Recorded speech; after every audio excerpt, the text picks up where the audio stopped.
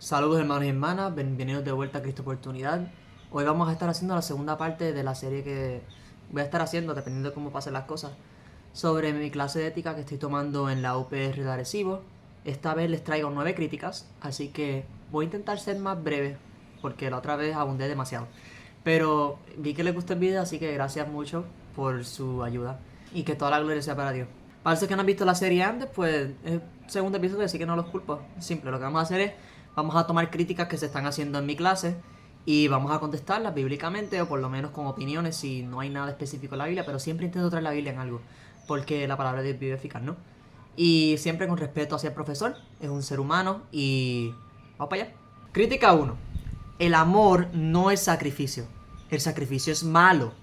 El amor es un sentimiento y una acción, pero no cuando falta el respeto y hablas ofensivamente constantemente. Ahí tenemos dos críticas, así que vamos a separarlas, pero cuenta como el primero.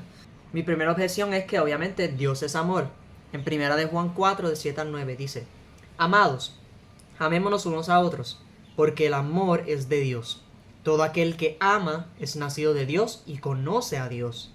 El que no ama no ha conocido a Dios, porque Dios es amor. En esto se mostró el amor de Dios para con nosotros, en que Dios envió a su Hijo unigénito al mundo para que vivamos por Él. 2. El amor es sacrificado.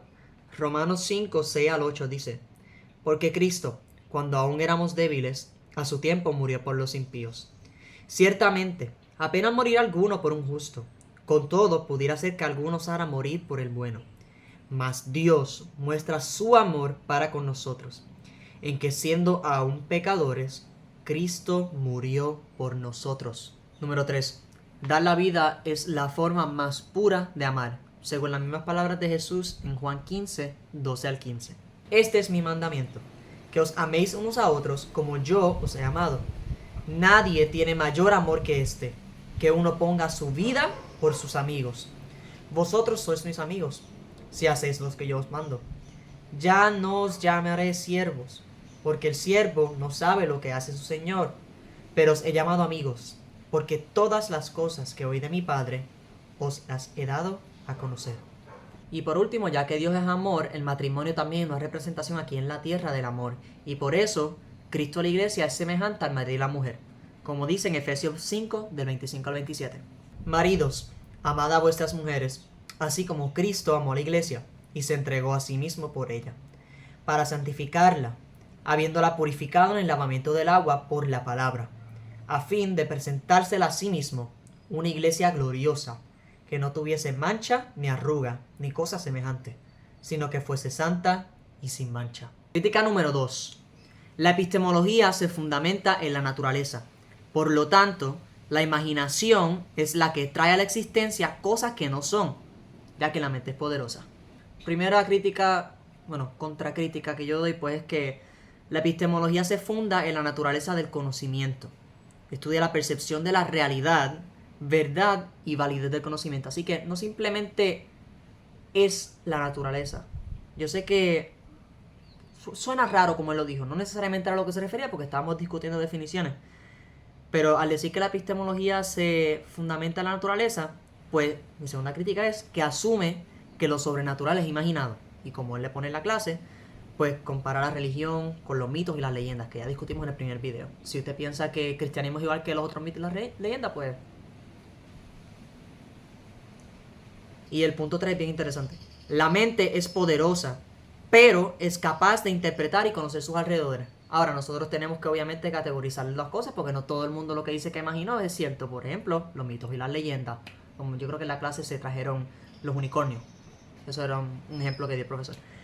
Pero eso no significa que hay cosas que ocurren en nuestra mente que sí son ciertas. Como por ejemplo, el descubrimiento de las matemáticas, las asunciones que se hicieron para poder siquiera comenzar a estudiar la ciencia es que nosotros tenemos la capacidad mental de poder entender el universo alrededor de nosotros y por eso desarrollar teorías que los describan como mejor podemos en nuestro tiempo. ¿Dónde estamos ahora? Hemos llegado tan lejos y pues estamos ahora mismo con las teorías cuánticas. Eso es algo tan asombroso y todo se te olvidó eso. Ese no es el tema. Volvemos. Crítica número 3. Las cruzadas fueron misiones cristianas inspiradas por Dios para matar y perseguir, como lo hicieron los hebreos, ese es otro punto, son dos críticas, basadas en el evangelio, la fe y no la realidad. Tenemos tres críticas ahí, así que hay que tomar esto con mucho cuidado. ¿Cuál es la primera? Pues obviamente rechazo la premisa porque son tres críticas completamente diferentes, una encima de la otra, para dar una mala reputación al cristianismo. Así que, mi primera crítica es que las cruzadas no fueron inspiradas por Dios. ¿Sabes? Los cristianos se perseguían entre sí mismos, los católicos perseguían a los cristianos. Dios no haría eso. Dos, perdón. Voy a compartir unos versículos para intentar demostrar mi punto. El primero sería Romanos 12:19. No os venguéis vosotros mismos, vengar. Que venguéis, pues, Valera. Ajá. Amados míos, sino dejad lugar a la ira de Dios, porque escrito está, mía es la venganza, yo pagaré, dice el Señor. Mira, les voy a leer otro, esto no lo apunté, pero les voy a leer estos versículos también, el Romanos 12, 20, 21, porque es bien relevante esto. Así que, si tu enemigo tuviere hambre, dale de comer. Si tuviere sed, dale de beber. Pues haciendo esto, ascuas de fuego amontonará sobre su cabeza. No sea vencido de lo malo, sino vence con el bien el mal. Esto es lo que dice Dios. Ahora tomen en cuenta, les voy a traer Lucas 22:36 porque hay un pasaje que la gente dice que los cristianos tienen que ser pacifistas. Y yo personalmente creo que los cristianos tienen el derecho a defenderse en situaciones extremas. Como lo vemos en este pasaje. Que la gente dice, bueno, ya van a ver, déjame leerlo primero. Lucas 22:36. Y les dijo, de Jesús hablando a los discípulos, pues ahora, el que tiene bolsa, tómela y también la alforja. Y el que no tiene espada, venda su capa y compre una. Porque os digo que es necesario que se cumpla todavía en mí aquello lo que está escrito. Y fue contado con los inicuos. Como Pedro que le cortó la oreja. Porque lo que está escrito de mí tiene cumplimiento. Entonces le dijeron, Señor, aquí hay 2 espadas. Y él le dijo, basta. Entonces, hay que tomar en cuenta que la historia es bien complicada. Las cruzadas cometieron muchas atrocidades. Por eso es que yo pienso que no son inspiradas por Dios. Pero parte de, o muchas de las cruzadas que tomaron parte fueron porque los musulmanes querían conquistar o habían conquistado Terreno Santo. Esto ya es otro tema, que por eso se trajo el profesor la segunda crítica, que es sobre los hebreos, y es sobre el terreno. Entonces, los cristianos tienen el derecho a defender sus vidas, obviamente, pero vemos también en la historia que los primeros cristianos no defendieron sus vidas. Es bien complejo. Por ejemplo, los primeros mártires en los tiempos romanos criticaban las, ¿cómo es que se llamaban? Eso siempre se me olvida. Criticaban el choliseo, donde mandaban a gente encarcelada o gente con menos privilegios a pelearse hasta la muerte y soltaban leones y les tiraban armas y era un show lleno de violencia. La gente amaba la violencia en ese tiempo y los cristianos sintieron el llamado en ese momento a criticar y parar esa violencia que estaba ocurriendo como forma de entretenimiento. ¿Qué era lo que pasaba? Fueron perseguidos por esa causa y ellos no se defendieron de vuelta. Es más, para probar su punto, hicieron lo mismo que hizo Jesús. Se entregaron a sí mismos, entregaron sus vidas por esa causa. Y mira que hoy día no tenemos, se supone, por lo menos no legalmente, tenemos shows donde la gente se mata. Y es gracias a esa gente que derramaron su sangre por una buena causa. Así que, en cierto sentido, sí. Nosotros como cristianos tenemos el deber de dejar nuestras vidas por los demás. Y eso incluye a los que están siendo violentamente asesinados por entretenimiento de los demás. Pero a la misma vez, si nosotros tenemos la capacidad de defender a una persona que sabemos que es inocente, tenemos que hacerlo, porque la vida tiene valor. Y siempre viene, por ejemplo, les voy a traer el ejemplo psicológico rápido. Tú estás en Alemania en los tiempos de los nazis, tienes judíos escondidos en tu sótano, y viene un soldado a tu puerta y te pregunta si tú tienes judíos escondidos en tu sótano. La Biblia nos dice que no debemos mentir. Dios aborrece al mentiroso. Pero la Biblia también nos dice que debemos valorar la vida. Así que, ¿cuál de esos dos pasa por encima? Y en una situación así de extrema, recuerden que esta es la excepción. La Biblia siempre trata con lo que ocurre mayormente. Esto es una excepción, pero es necesaria porque es algo que debemos pensar como cristianos. Nosotros debemos mentir en ese caso. Y se ve en el Viejo Testamento. Yo creo que Rahab era una prostituta en un territorio que los israelitas iban a conquistar. Vinieron unos espías a su hogar y ella los escondió porque quería encontrar favor con el Dios real, con Yahweh, no con los dioses paganos que estaban ahí, a los cuales le cometían atrocidades. Y vuelvo al punto de los hebreos, porque los hebreos, por ejemplo, los hebreos en algún punto conquistaron las tierras en el nombre de Dios porque Dios les mandó, y eso es un pasaje difícil. Pero ¿por qué? Porque Dios tiene una diferencia ontológica a los humanos y tiene el derecho a juzgar el mal. Es más, por su carácter, al ser justo, Él tiene el deber de juzgar la iniquidad. Pero como también es misericordioso, pues no lo hace, por lo menos espera para hacerlo. Por eso es que todavía no estamos en los tiempos finales. Porque Cristo quiere que ninguno se pierda, sino que todos vengan al arrepentimiento. Eso está en Tesalonicenses, creo. Entonces, volviendo aquí. El terreno, pues, nuevamente depende de quién dijo de qué era el terreno, porque los musulmanes dijo que Alá se lo dijeron, porque Mohammed lo vio en un burro volando por encima de Jerusalén 600 años después, que Yahweh le dijo a Abraham que la tierra era de él. Así que, yo no estoy aquí para pelear política, simplemente estoy aquí para decir que Dios tiene el derecho a juzgar el mal. Y cuando tenemos la gente como los amoritas y los cananitas que servían a Moloch y sacrificaban a sus bebés hijos, a sus niños acabados de nacer a un horno de fuego y tocaban tambores para que no escucharan sus llantos, pues yo creo que Dios tiene el derecho a juzgar. Igual con la violación, igual con todas estas cosas que nosotros los seres humanos, porque tenemos el compás moral que Dios ha puesto en nuestros corazones desde el nuevo pacto, podemos reconocer que hay cosas que son aborrentes y que nuestra conciencia puede estar chava así. Lo vemos en América y en Puerto Rico, pero eso no significa que Dios no sigue siendo justo ni bueno. Miren lo que Jesús dice en Mateo 5 del 21 al 26. Esta es la enseñanza de Jesús en el Sermón del Monte sobre la ira. Oísteis que fue dicho a los antiguos: no matarás, y cualquiera que matare será culpable de juicio. Pero yo os digo que cualquiera que se enoje contra su hermano será culpable de juicio. Y cualquiera que diga necio a su hermano será culpable ante el concilio. Y cualquiera que le diga fatuo quedará expuesto al infierno del fuego. Por tanto, si traes tu ofrenda al altar y allí te acuerdas de que tu hermano tiene algo contra ti, deja allí tu ofrenda delante del altar y anda, reconcíliate primero con tu hermano y entonces ven y presenta tu ofrenda.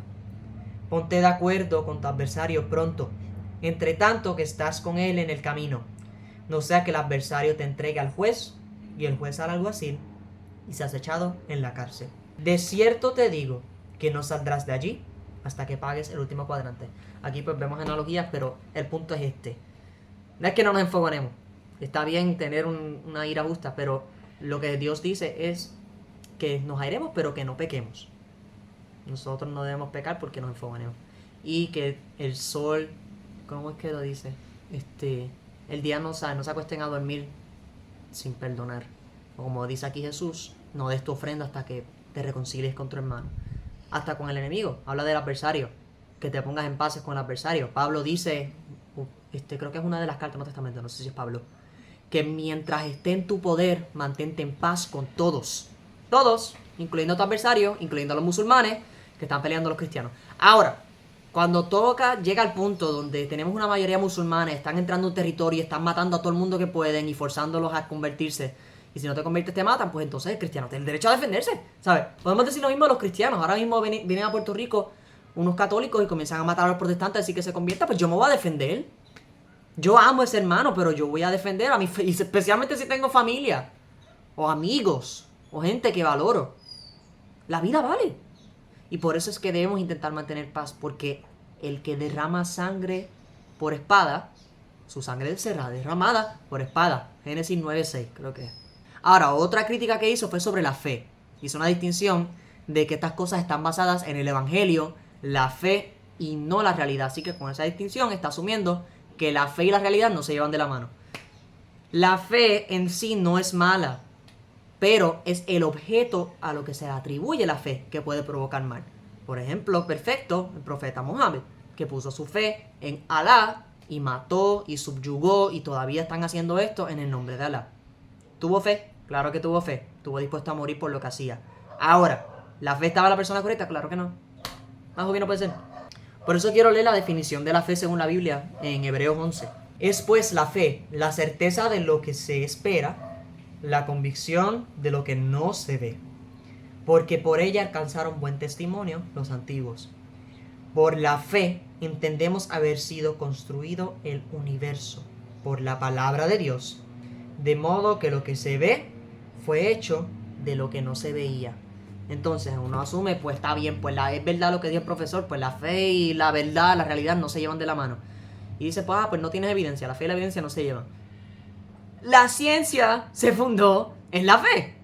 La ciencia, las asunciones que habíamos hablado ahorita, de tener la capacidad, porque estamos hechos imagen y semejanza de Dios, para poder llegar a la ciencia que tenemos hoy, ha llevado a ¿qué? A la física cuántica. ¿Qué es la física cuántica para aquellos que no saben? Lo que no se ve. Lo que por medio de unos sistemas forma lo físico. Lo que no se ve formó lo que se ve. Esto estuvo escrito cientos de años atrás y hace poco descubrimos la física cuántica. La fe es poner tu confianza en algo. Y nuevamente, repito y lo recalco, depende de qué tú pones tu fe, es como tú actúas. Y eso lo vemos con todo. Nosotros ponemos nuestra fe en Dios y las cosas nos van bien. Nosotros ponemos nuestra fe en nosotros mismos y las cosas nos van mal.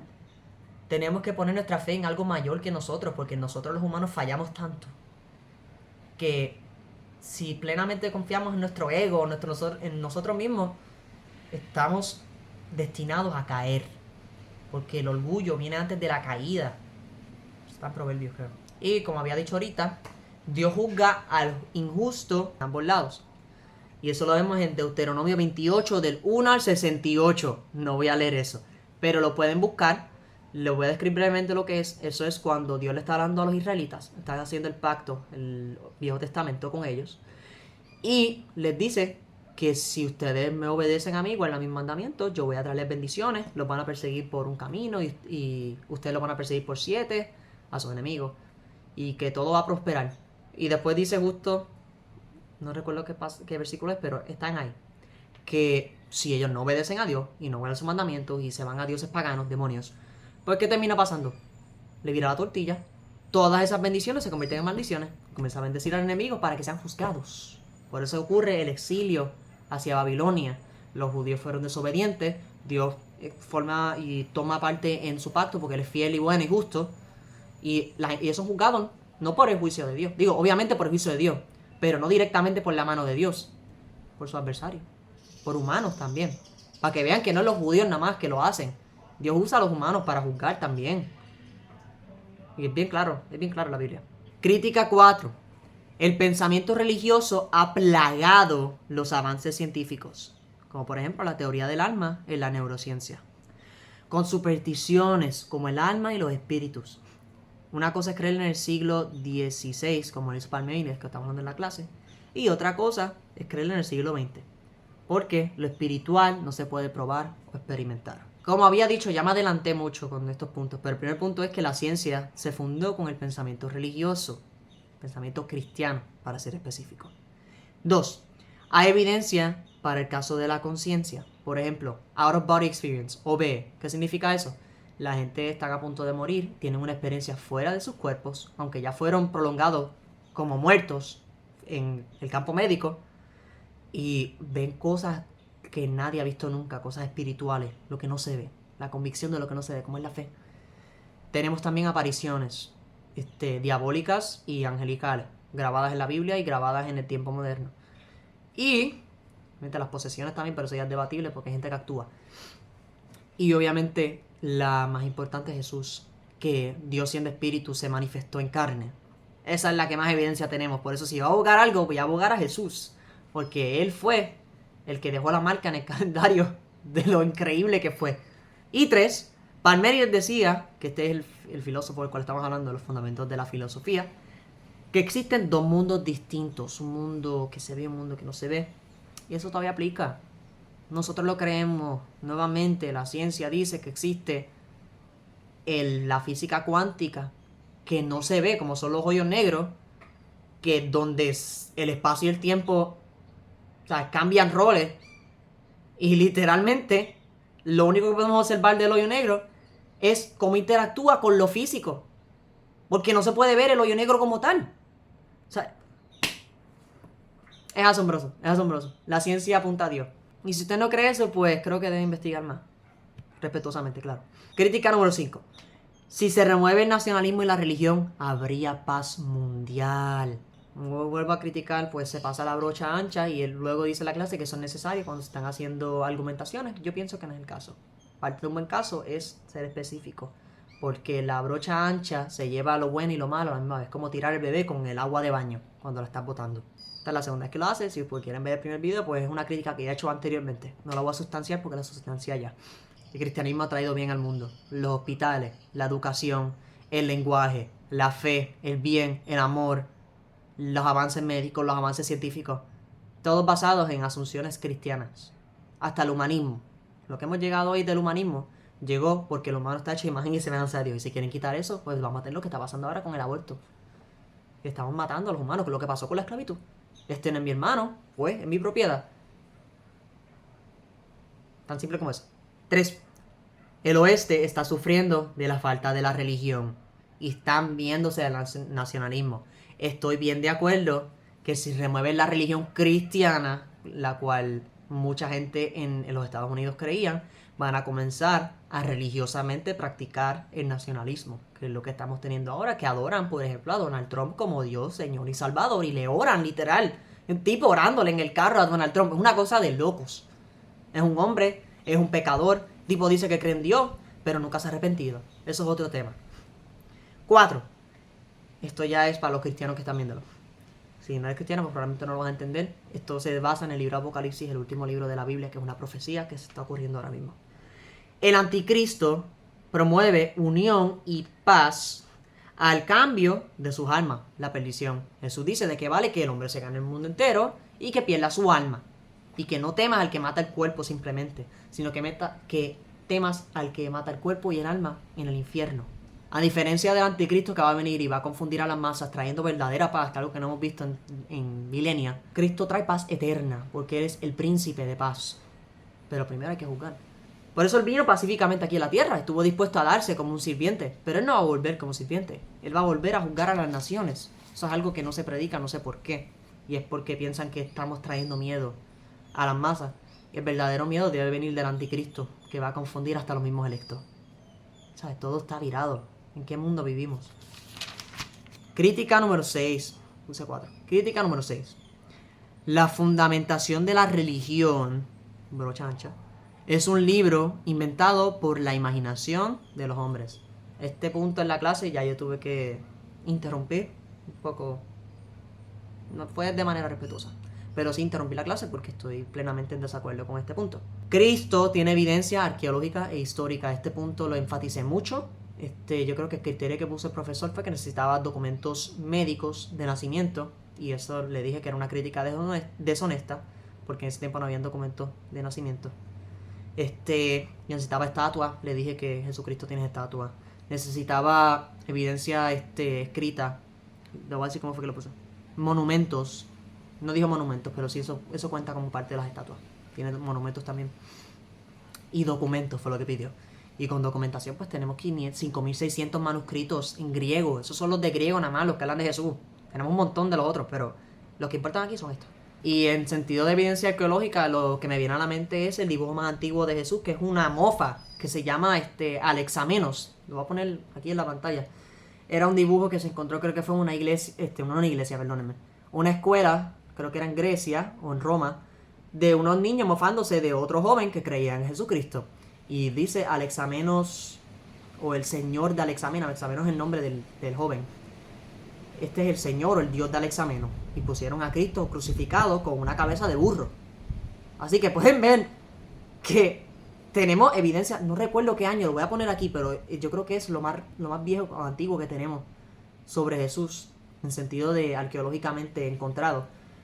Y también tenemos cosas en cuevas escritas, pero eso ya más adelante. Esto fue muy reciente después de lo que pasó de Jesús. 7. La moral viene de la conducta social. Por eso, la moralidad no es objetiva. Nuevamente, repito, recalco del video anterior. La moral requiere un estándar. Seamos nosotros, él dice que es una conducta social, y por eso dice que es subjetiva, o algo fuera de nosotros. La verdad moral requiere un fundamento del ser humano sociedad, como dijimos, y Dios, su carácter, nos da la verdad moral. Porque si no nos basamos en el carácter de Dios, tenemos lo que está pasando ahora, que estamos dehumanizando a los inmigrantes. Lo está haciendo, el Partido Republicano lo está haciendo. Yo pienso que se debe mantener la ley, eso es otro tema, sí. Pero el punto es que sin Dios todo el mundo hace lo que está bien en sus propios ojos y lleva al mal. Y lo vemos en otros países que no han tenido la fe en Cristo. Tienen muchas virtudes, pero tienen pecado. Y el pecado lleva a la destrucción, que eso es lo que quiere el diablo. Matar, robar y destruir. Y por eso quiere sacar a Dios de la imagen, porque si lo puede hacer, mantenemos todos nuestros valores, toda nuestra moral cristiana, pero no tenemos al que la da. Y la gente no va a cumplir con las leyes si no tienen a Dios en sus corazones. Pues 8. No podemos aferrarnos a la palabra, porque las cosas cambian. Si el siglo XX fuera así, estuviésemos en una caverna. Ok, ya tenemos eso es ya un Stroman. Porque, nuevamente repito, que los avances que han llevado a la sociedad moderna han sido fundamentalmente cristianos en filosofía. Así que no estuviéramos en una caverna. A lo contrario, por eso nos debemos aferrar. Porque si nos aferramos a la palabra, vamos a ir a la verdad.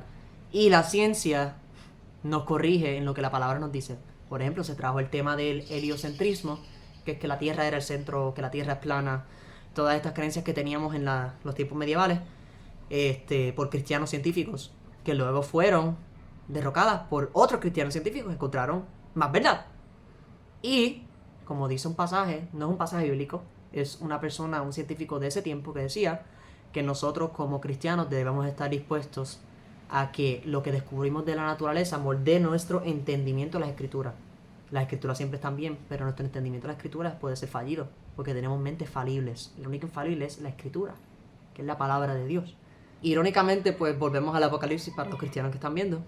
El Apocalipsis dice lo contrario, del 6, 15 al 17, que son los ricos y los que dicen ser sabios que se esconden en las cavernas ante el juicio de Dios. Profesando ser sabios se volvieron necios. 9 y último, para terminar. La ética demuestra que no existen morales o valores absolutos. Lo contrario. No existiera una clase de ética, no existiera una ciencia de ética, si nosotros no tuviéramos problemas morales. Si todo el mundo hiciera lo que le diera la gana y eso está bien, no tuviéramos una clase de ética, no estuviéramos discutiendo estos dilemas filosóficos del tren que lleva a una o tres personas. No estuviéramos discutiendo que solamente puede salvar a una persona en un bote, ¿cuál? La mamá o el bebé. Estos dilemas surgen porque hay una verdad por encima de nuestras decisiones falibles.